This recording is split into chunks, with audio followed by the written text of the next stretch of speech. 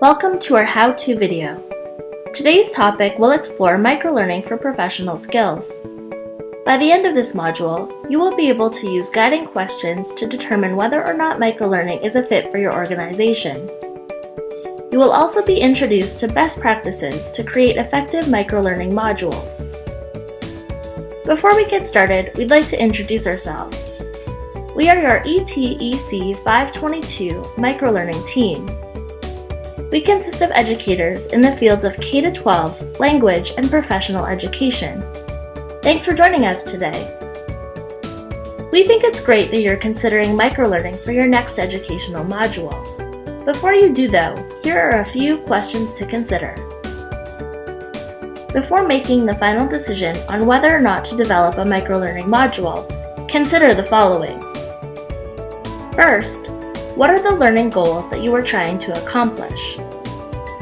What skills will be enhanced as a result of the microlearning module?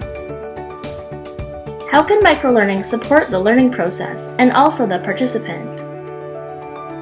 Finally, if you think microlearning is the solution, consider what steps should be taken and when.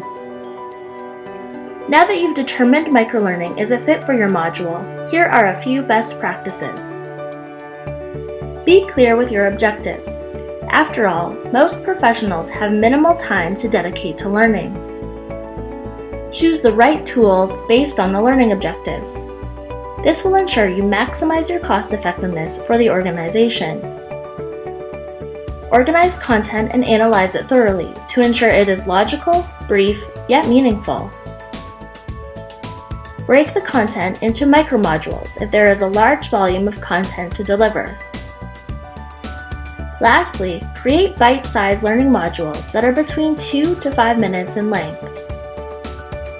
After having completed this module, you have questions to consider when determining whether or not microlearning is a fit for your learning module, and some best practices to get you started. Thanks for joining us!